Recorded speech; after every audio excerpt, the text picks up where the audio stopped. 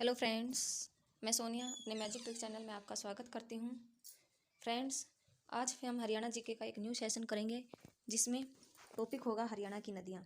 Friends, मैंने 4 video पीछे डाल दी हैं जिसमें हमने हरियाणा का भौगोलिक स्वरूप, हरियाणा का गठन और हरियाणा के ज़िलों के गठन का अध्ययन किया है। अगर आपने वो नहीं देखी हैं तो आप पहले प्लीज़ उनको देखिए। और मैंने हर पीडीएफ में वही क्वेश्चन शामिल किए हैं जो कि प्रीवियस ईयर एग्जाम में आए हुए हैं, और पीडीएफ भी इसी हिसाब से बनाई है कि एक भी क्वेश्चन प्रीवियस ईयर ना छूटे। तो आज हम हरियाणा की नदियों का अध्ययन करेंगे। हरियाणा की नदियों में सबसे पहले मैं आपको बेसिक बातें बताऊंगी, फिर हम हरियाणा की एक एक नदी को पूरे डिटेल से पढ़ेंगे। तो चलिए शुरू करते हैं देरी न करते हुए। तो सबसे पहले मैं बता दूं कि हरियाणा की नदियों का जो वर्णन है वो हमें कहाँ से मिलता है। इतिहास में हमें हरियाणा की नदियों का वर्णन वामन पुराण से मिलता है, और वामन पुराण के रचयिता हैं महर्षि वेदव्यास जी। महर्षि वेदव्यास जी ने ही वामन पुराण को लिखा था। तो और वामन पुराण में कितनी नदियों का कुल वर्णन है? वामन पुराण में 9 नदियों का वर्णन किया गया है, जिसमें हरियाणा की कौन सी नदी का वर्णन है। कई बार यह भी क्वेश्चन आया हुआ है कि हरियाणा की कौन सी नदी का वर्णन है, तो सरस्वती नदी का वर्णन है। तो हरियाणा की सरस्वती नदी का वर्णन किस में है? वामन पुराण में है। और वामन पुराण में सरस्वती नदी को क्या कहा गया है? सदानीरा कहा जाता है। तो मैंने अभी तक 3 पॉइंट बताए हैं हरियाणा की नदियों का वर्णन। ये तीनों क्वेश्चन एग्जाम में आए हुए हैं, प्रीवियस ईयर हैं, कि हरियाणा की नदियों का वर्णन हमें कहाँ से मिलता है। तो हमें वामन पुराण से मिलता है, और वामन पुराण के रचयिता कौन है? महर्षि वेदव्यास हैं। और वामन पुराण में कुल कितनी नदियों का वर्णन है? 9 नदियों का है। और हरियाणा की कौन सी नदी का है? हरियाणा की सरस्वती नदी का वर्णन है। और वामन पुराण में सरस्वती नदी को सदानीरा कहा गया है। सदानीरा का मतलब होता है जिसमें सदैव जल रहता हो। और हरियाणा को वामन पुराण में कुरुक्षेत्र कहा जाता है। वामन पुराण में हरियाणा को क्या कहा गया है? कुरुक्षेत्र कहा गया है। और वामन पुराण में हरियाणा को कुरुक्षेत्र कहा गया। और कुरुक्षेत्र में वामन पुराण में कुरुक्षेत्र में वनों का वर्णन मिलता है। तो वामन पुराण में कुरुक्षेत्र में वनों का वर्णन भी मिलता है। और कितने वनों का वर्णन मिलता है? 7 वनों का वर्णन मिलता है। और वामन पुराण में उन 7 वनों में सबसे प्रमुख वन है द्वैत वन। ये क्वेश्चन भी एग्जाम में आए हुए हैं, बार बार रिपीट होते हैं कि वामन पुराण में इन 7 वनों में से सबसे प्रमुख वन कौन सा है? द्वैत वन है। और वामन पुराण में हरियाणा को क्या कहा गया? हरियाणा को कुरुक्षेत्र कहा गया है। एक क्वेश्चन और आया हुआ है कि वामन पुराण में किस देवता या किस भगवान की महिमा का वर्णन मिलता है? तो वो भगवान विष्णु। अगर भगवान विष्णु ना आए तो लक्ष्मी नारायण की महिमा का वर्णन मिलता है। और भगवान विष्णु को गुरु जम्बेश्वर को भगवान विष्णु का अवतार कौन सी जाति मानती है? तो वह है विष्णोई जाति। गुरु जम्बेश्वर को भगवान विष्णु का अवतार माना जाता है विष्णोई जाति द्वारा। अब एक और, हरियाणा की जो नदियां हैं वो वामन पुराण में तो मिलता है उनका वर्णन, ऋग्वेद में भी मिलता है। ऋग्वेद में भी हरियाणा की नदियों का वर्णन मिलता है। तो ऋग्वेद में कौन कौन सी नदियों का वर्णन मिलता है और कितनी बार मिलता है, ये मैं आपको बताऊंगी। तो ऋग्वेद में जो प्रमुख नदी है जिसका वर्णन मिलता है वो है कि सिंधु नदी। ठीक है, ऋग्वेद की प्रमुख नदी कौन सी है? सिंधु नदी है। और ऋग्वेद की पवित्र नदी पूछा जाए, ऋग्वेद की सबसे पवित्र नदी कौन सी है? सरस्वती नदी है। और ऋग्वेद में गंगा नदी का कितनी बार वर्णन मिलता है? 1 बार। और यमुना नदी का कितनी बार वर्णन मिलता है? 3 बार।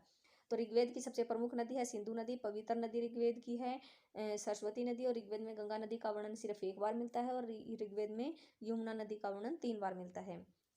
अब हम पढ़ेंगे कि जो हरियाणा की नदियां हैं उनको कैसे कैटेगराइज किया गया है। तो हरियाणा की नदियों को प्रवाह तंत्र के आधार पर विभाजित किया जाता है। तो प्रवाह तंत्र के आधार पर हरियाणा की नदियों का वर्णन मिलता है। तो हरियाणा की नदियां प्रवाह तंत्र के आधार पर मुख्य रूप से 3 भागों में बांटी गई हैं, और मेन रूप से 2 ही भाग हैं। एक तो दक्षिणी प्रवाह तंत्र की नदियां, एक उत्तरी प्रवाह तंत्र की नदियां। ये सॉरी, थोड़ा गलत लिखा गया, यहाँ पे आएगा उत्तरी प्रवाह तंत्र की नदियां और दक्षिणी प्रवाह तंत्र की नदियां। और एक हरियाणा की जो पूर्वी सीमा पर बहती है जिसे हम पूर्वी प्रवाह तंत्र की नदी कहते हैं, वो एक यमुना नदी। और इन नदियों को याद करने की एक ही ट्रिक है, K D is a gym trainer. K D is a gym trainer, JYM, gym trainer T से ट्रेनर। तो K D is a gym trainer, ऐसे लिख सकते हैं हम, K D is a JYM, gym trainer, TRAINER, trainer. तो ये trick है इसको याद करने की। तो के डी इज ए, जो शुरू के जो अक्षर हैं उनसे हमें दक्षिणी प्रवाह तंत्र की नदियाँ मिलती है। के से कृष्णावती नदी, डी से दोहन नदी, और आई से इंदौरी नदी, और एस से साहिबी नदी। के डी इज यहाँ तक हैं दक्षिणी प्रवाह तंत्र की नदियाँ, कृष्णावती नदी, दोहन नदी, इंदौरी नदी और साहिबी नदी। फिर आगे जो नदियाँ हैं वो है उत्तरी प्रवाह तंत्र की नदियाँ। एस से 2 नदियाँ बनेंगी, साहिबी नदी और सरस्वती नदी। एस से और क्या बनेगी? सरस्वती नदी। के डी इज ए जी से घग्गर नदी, जी से आ जाएगी फिर घग्गर नदी, और एम से मारकंडा नदी, और टी से टांगरी नदी। और इसमें दो नदियाँ और आती हैं, चोटांग नदी और राक्सी नदी। इनसे एक दो क्वेश्चन पूछा गया है, जो मैं आपको जब इनकी नदियों का डिटेल में पढ़ेंगे तो मैं आपको बताऊंगी कौन कौन से क्वेश्चन पूछे गए हैं प्रीवियस ईयर। तो यहाँ पे हमें प्रभात अंतर की नदी, अपने दक्षिणी प्रभात अंतर में 4 नदियाँ आती हैं। के डी इज, के से कृष्णावती, डी से दोहन, आई से इंदौरी, और एस से साइबी नदी। और अब एस से फिर उत्तरी प्रभात अंतर में भी एस से लेंगे, एस से सरस्वती नदी, जी से घग्गर, जी से घग्गर, और वाई से यमुना नदी। यमुना नदी को हमें रखना है पूर्वी प्रभात अंतर में। वाई से क्या होगा, यमुना नदी, और एम से मारकंडा नदी, और टी से टांगरी नदी। ट्रेनर में टी से टांगरी नदी। और ये दो नदी और हमें याद रखनी है, ये दोनों कहाँ पे आएंगी, उत्तरी प्रभात अंतर में, चोटांग नदी और राक्सी नदी। आई होप यहाँ तक आपको क्लियर होगा। प्रभातांतर के आधार पर हरियाणा की नदियों को दो भागों में बांटा गया है, उत्तरी प्रभातांतर की नदियाँ, दक्षिणी प्रभातांतर की नदियाँ। दक्षिणी प्रभातांतर में कुल 4 नदियाँ आती हैं, जिसमें के डी इज, हमें सिर्फ ये याद रखना, के डी इज, के से कृष्णावती, डी से दोहन, आई से इंदौरी, और एस से साहिबी नदी। और फिर आगे वाई आएगा, वो वाई पूर्वी प्रभातांतर की नदी है, जिसको हम यमुना नदी कहते हैं। और फिर जी से घग्गर नदी, एम से मारकंडा, टी से टांगरी नदी, और छोटांग और राक्सी, ये हमें याद रखना है। अब हम धीरे धीरे करके इनका डिटेल से अध्ययन करेंगे। सबसे पहले हम एक नदी जो पूर्वी प्रभातांतर की नदी है उसको पढ़ेंगे, यमुना नदी।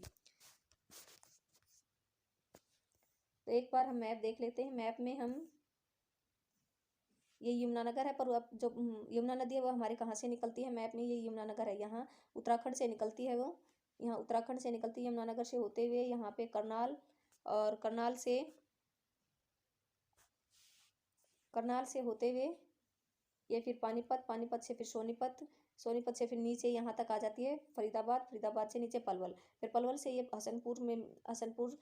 पलवल से हसनपुर तक जाती है, फिर हसनपुर से ये अलीगढ़, फिर अलीगढ़ से आगरा, अलीगढ़ से इटावा और आगरा यूपी में चली जाती है। आई होप आपको ये क्लियर होगा। ये मैप मैंने इसीलिए इंक्लूड किया ताकि मैं आपको बता सकूँ।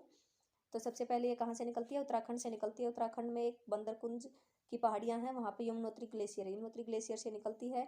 और यमुनोत्री ग्लेशियर से होते हुए ये फिर यहाँ पे करनाल, फिर सोनीपत, करनाल, पानीपत, सोनीपत, और फिर फरीदाबाद और पलवल, ये पूरी इस पूर्वी सीमा पर बहती है। फरीदाबाद से फिर पलवल, ये फरीदाबाद से यहाँ पे पलवल, पलवल से फिर ये इधर हसनपुर चले जाती है, हसनपुर से फिर ये अलीगढ़, अलीगढ़ से इटावा, इटावा आगरा, ऐसे फिर जाके यूपी में चली जाती है।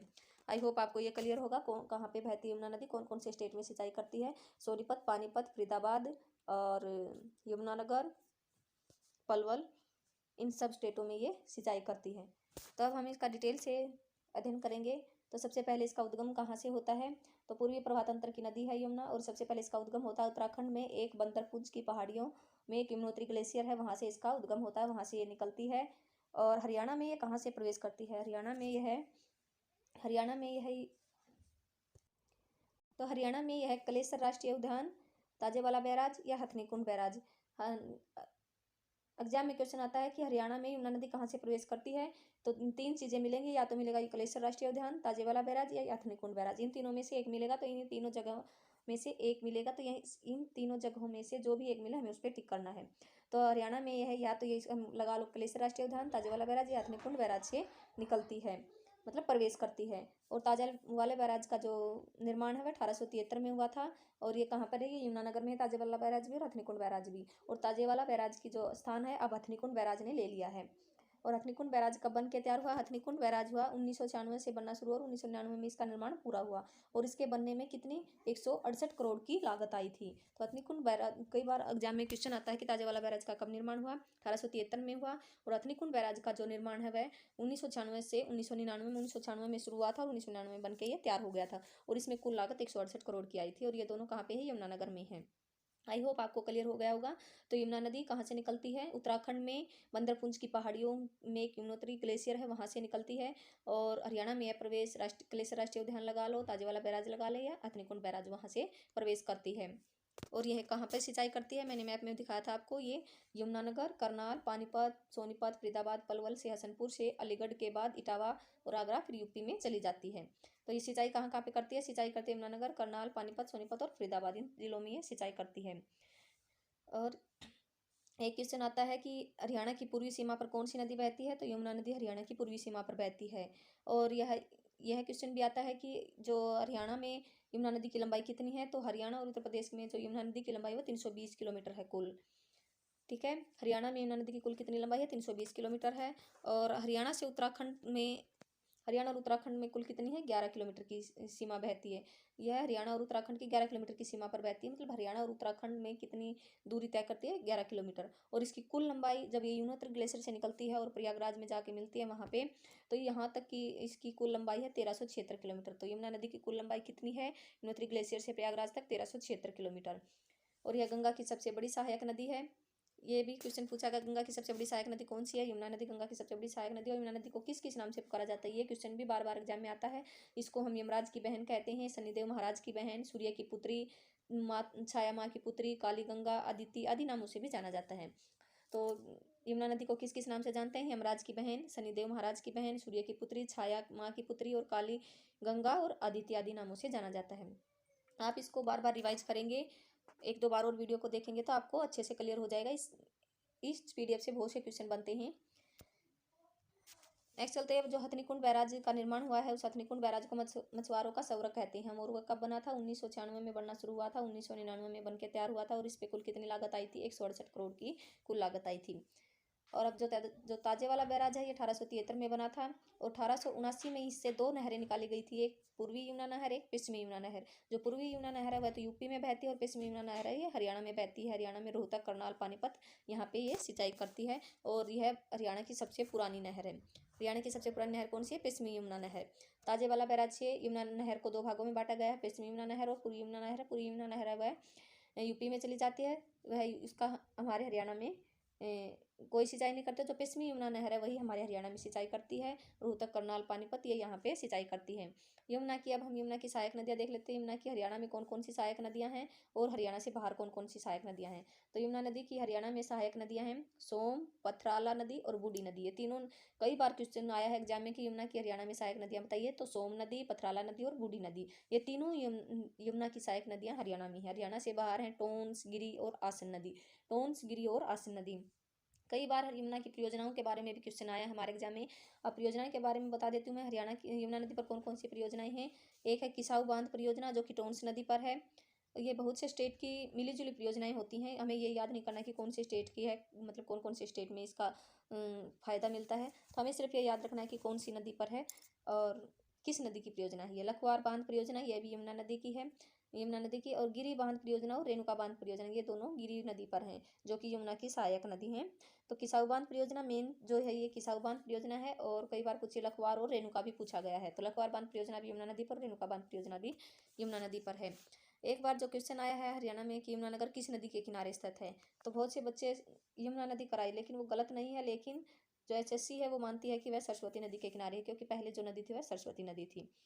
आई होप आपको क्लियर होगा ये यमुना नदी। यहाँ तक मैंने जो यमुना नदी है वह आज एक्सप्लेन कर दी है। आगे हम नेक्स्ट वीडियो में करेंगे जो बाकी नदियाँ बच गई हैं वो, क्योंकि ये जो नदी थी थोड़ा बड़ी थी, जिससे जो क्वेश्चन बनते थे वो बहुत ज़्यादा थे, इसलिए वीडियो लंबी हो जाएगी। अब मैं इस वीडियो को यहीं पर विराम देती हूँ। अगर आपको कुछ भी सीखने को मिला है तो प्लीज़ मेरे चैनल को सब्सक्राइब करें और वीडियो को लाइक करें। थैंक यू सो मच, मिलते हैं नेक्स्ट वीडियो में।